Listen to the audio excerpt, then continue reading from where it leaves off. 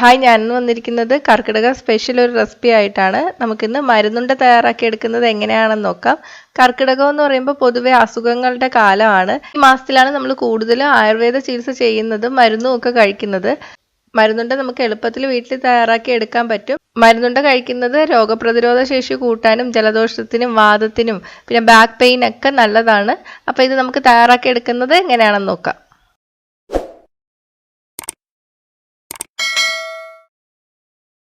ആദ്യം നമുക്ക് ഉണ്ട തയ്യാറാക്കാനുള്ള ചേരുവകളെല്ലാം വറുത്തെടുക്കണം. വറുത്തെടുക്കാൻ വേണ്ടിയിട്ട് സ്റ്റീൽ പാത്രമോ അയണിൻ്റെ പാത്രമൊക്കെയാണ് നല്ലത്. നോൺ സ്റ്റിക്കിലിട്ട് വറുക്കണ്ട, എന്നാൽ പാത്രം കേടായി പോവും. ആദ്യം നമുക്ക് അരി വറുത്തെടുക്കാം. ഞാനിവിടെ 1 കപ്പ് അരി കഴുകി വൃത്തിയാക്കിയിട്ട് വെള്ളം തോർത്തി എടുത്തിട്ടുണ്ട്. അത് പാത്രത്തിലോട്ട് ഇട്ട് കൊടുത്തിട്ട് മീഡിയം തീയിലിട്ടിട്ട് വറുത്തെടുക്കാം. ഞാനിവിടെ കുത്തരിയാണ് എടുത്തിരിക്കുന്നത്. കുത്തരി ഇല്ലെങ്കിൽ ചോറ് വയ്ക്കുന്ന അരി എടുത്താലും മതി. വറുക്കുമ്പോൾ നല്ലപോലെ ഇളക്കി കൊടുക്കുക. എല്ലാ അരിയും ഒരുപോലെ വറന്ന് വരണം. അരി ഇങ്ങനെ പൊട്ടി തുടങ്ങും. സാധാരണ നമ്മൾ അരിയുണ്ട ഉണ്ടാക്കുന്നത് പോലെ തന്നെയാണ് അരി നല്ലപോലെ വറുത്തെടുക്കണം. കുറച്ച് കഴിയുമ്പോൾ തന്നെ അരി ഇങ്ങനെ പൊട്ടി തുടങ്ങും. അപ്പം ഞാൻ സൗണ്ട് കേൾപ്പിച്ചു തരാം. ഇതുപോലെ പൊട്ടി തുടങ്ങും. അരി നല്ലപോലെ വറുത്തെടുത്തിട്ടില്ലെങ്കിൽ കഴിക്കുമ്പോൾ പച്ച അരി ചവച്ച് തിന്നുന്ന പോലെ തോന്നും. ടേസ്റ്റ് ഒന്നും ഉണ്ടാവില്ല, കഴിക്കാനും പറ്റില്ല. എല്ലാ അരിയും ഇതുപോലെ പൊങ്ങി വരണം, അതുവരെ വറുത്തെടുക്കുക. ഇതിപ്പോൾ റെഡി ആയിട്ടുണ്ട്. തീ ഓഫ് ചെയ്യുക. എന്നിട്ട് വേറൊരു പാത്രത്തിലോട്ട് മാറ്റി വയ്ക്കാം. ഇനി നമുക്ക് വേണ്ടത് 1/4 കപ്പ് കറുത്ത എള്ളാണ്. ഇതും മീഡിയം തീയിലിട്ടിട്ട് നന്നായിട്ട് വറുത്തെടുക്കുക. കുറച്ച് കഴിയുമ്പോൾ ഇത് പൊട്ടി തുടങ്ങും. കരിഞ്ഞു പോവാതിരിക്കാൻ നോക്കണം. ഏകദേശം പകുതിയോളം പൊട്ടി കഴിയുമ്പോഴേക്കും നമുക്ക് തീ ഓഫ് ചെയ്യാം. നേരത്തെ മാറ്റി വെച്ച വറുത്ത അരിയുടെ കൂടെ തന്നെ ഇത് ഇട്ട് കൊടുക്കാം. ഇനി നമുക്ക് അടുത്തതായിട്ട് ആശാളിയാണ് വേണ്ടത്. ഇതിനെ ഇംഗ്ലീഷിൽ ഗാർഡൻ ക്രസ് സീഡ് എന്നാണ് പറയുന്നത്. ഇത് മിക്കവാറും എല്ലാ സൂപ്പർ മാർക്കറ്റിലും വാങ്ങാൻ കിട്ടും. ഞാനിതെല്ലാം ഇവിടുത്തെ ലുലു എന്നാണ് വാങ്ങിയത്. അപ്പം നാട്ടിലാണെങ്കിൽ കിട്ടാൻ ഒരു പ്രയാസവും ഇല്ല. ഇതും 1/4 കപ്പ് എടുത്തിട്ട് മീഡിയം തീയിലിട്ടിട്ട് തന്നെ വറുത്തെടുക്കാം. കാണാൻ ഏകദേശം എള്ളു പോലെ തന്നെയാണ്, ബ്രൗൺ കളറിലിരിക്കും. ഇത് ചെറുതായിട്ട് പൊട്ടി തുടങ്ങുമ്പോഴേക്ക് നമുക്ക് തീ ഓഫ് ചെയ്യാം, അല്ലെങ്കിൽ ഇത് പെട്ടെന്ന് തന്നെ കരിഞ്ഞു പോവും. ഇപ്പോൾ പൊട്ടി തുടങ്ങിയിട്ടുണ്ട്. നമുക്ക് തീ ഓഫ് ചെയ്യാം. 1/4 കപ്പ് അയമോദകം. ഇതിനെ ഇംഗ്ലീഷിൽ അജ്വൈൻ എന്നാണ് പറയുന്നത്. നല്ല മണമാണിത്. ഇതും ഒന്ന് ചെറുതായിട്ട് പൊട്ടി തുടങ്ങുമ്പോഴേക്ക് നമുക്ക് തീ ഓഫ് ചെയ്യാം.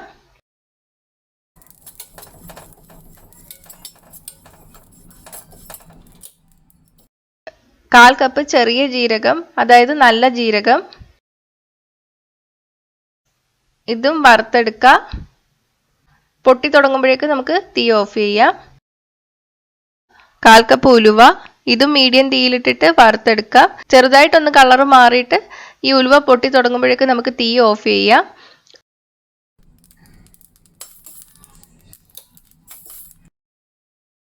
പത്ത് ഏലക്ക ചേർത്തിട്ട് ചെറുതായിട്ടൊന്ന് ചൂടാക്കി എടുക്കാം. ഇപ്പം എൻ്റെ കയ്യിൽ ചുക്ക് പൊടിയുണ്ട്. അപ്പം നിങ്ങളുടെ കയ്യിൽ ചുക്കാണുള്ളതെങ്കിൽ ഈ ഏലക്കയുടെ കൂടെ തന്നെ 1 ഇഞ്ച് കഷ്ണം ചുക്കും കൂടെ ഇട്ടിട്ട് ചൂടാക്കിയെടുക്കുക. ഇപ്പോൾ ചേരുവകളെല്ലാം വറുത്തെടുത്തിട്ടുണ്ട്. ഇനി ഇത് തണുക്കാൻ വേണ്ടിയിട്ട് വയ്ക്കാം. അപ്പോഴത്തേക്ക് നമുക്ക് കരിപ്പൊട്ടി ഒന്ന് പാനി കാച്ചി എടുക്കാം. മരുന്നുകൾക്കെല്ലാം കരിപ്പൊട്ടിയാണ് യൂസ് ചെയ്യുന്നത്. ഇപ്പോൾ കരിപ്പൊട്ടി ഇല്ലെങ്കിൽ ശർക്കര എടുത്താലും മതി. 1/2 കിലോ കരിപ്പൊട്ടി ഇവിടെ പൊടിച്ചെടുത്തിട്ടുണ്ട്. ഇതിലോട്ട് 1/4 കപ്പ് വെള്ളം ചേർത്തിട്ട് പാനി കാച്ചിയെടുക്കാം.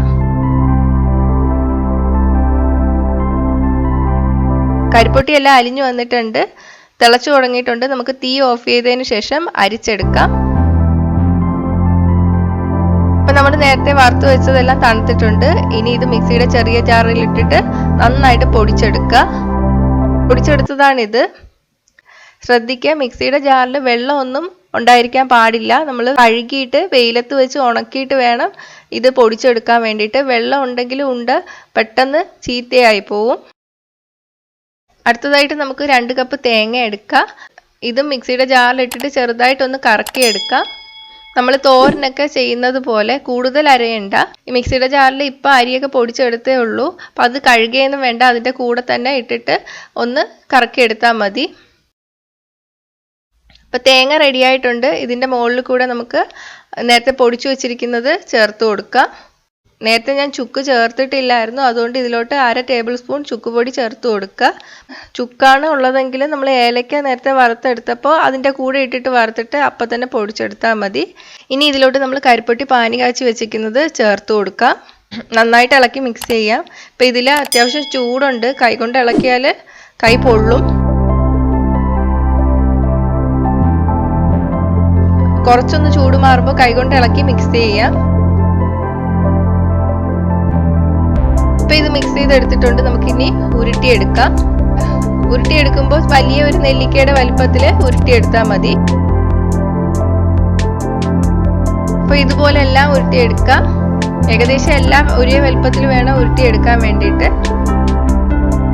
അപ്പം നമ്മുടെ മരുന്നുണ്ട തയ്യാറായിട്ടുണ്ട്. ഇത് ചൂടോടെ കഴിക്കുമ്പോൾ ചെറിയ കയ്പ്പ് കാണും. നമ്മൾ ഉലുവയൊക്കെ ചേർത്തതല്ലേ, അതിൻ്റെ ഒരു ചെറിയ കയ്പ്പ് കാണും. പക്ഷെ തണുത്ത് കഴിയുമ്പോൾ അത്ര കുഴപ്പമൊന്നുമില്ല. പിന്നെ നമ്മൾ ആയുർവേദ മരുന്ന് കഴിക്കുന്നത് പോലെ തന്നെയാണ്. ചെറുതായിട്ടൊരു കയ്പ്പ് കാണുമെന്നേ ഉള്ളൂ, എന്നാലും അത് മരുന്നല്ലേ, കുഴപ്പമൊന്നുമില്ല. അപ്പോൾ ദിവസം 1 or 2 വെച്ചിട്ട് നമുക്കിത് കഴിക്കാം. അപ്പോൾ കർക്കിടകമൊക്കെ വരികയാണ്. അപ്പോൾ ഇത് നേരത്തെ നമുക്ക് വീട്ടിൽ തയ്യാറാക്കി വെക്കാം. എല്ലാവർക്കും ഇത് കഴിക്കാവുന്നതാണ്. ഈ പ്രഗ്നൻ്റ് ആയവരൊന്നും കഴിക്കണ്ട, അല്ലാത്തവർക്കൊക്കെ കഴിക്കാം. അപ്പോൾ ഇതൊന്ന് വീട്ടിലുണ്ടാക്കി നോക്കുക. റെസിപ്പി ഇഷ്ടപ്പെട്ടെങ്കിൽ ലൈക്കും ഷെയറും ചെയ്യുക. സംശയങ്ങളും അഭിപ്രായങ്ങളും കമൻറ്റ് ചെയ്യുക. റെസിപ്പി ഇഷ്ടപ്പെട്ടില്ലെങ്കിൽ ഡിസ്ലൈക്ക് ചെയ്യാനും മറക്കണ്ട. കൂടുതൽ റെസിപ്പികൾക്കായിട്ട് ചാനൽ ഇതുവരെ സബ്സ്ക്രൈബ് ചെയ്തിട്ടില്ലെങ്കിൽ സബ്സ്ക്രൈബ് ചെയ്യാൻ മറക്കല്ലേ. എല്ലാ നോട്ടിഫിക്കേഷനും ലഭിക്കാനായിട്ട് അടുത്തുള്ള ബെൽ ബട്ടൺ ക്ലിക്ക് ചെയ്തതിന് ശേഷം ഓൾ നോട്ടിഫിക്കേഷൻ സെലക്ട് ചെയ്യുക. അപ്പോൾ അടുത്തൊരു റെസിപ്പി ആയിട്ട് കാണാം. ബൈ.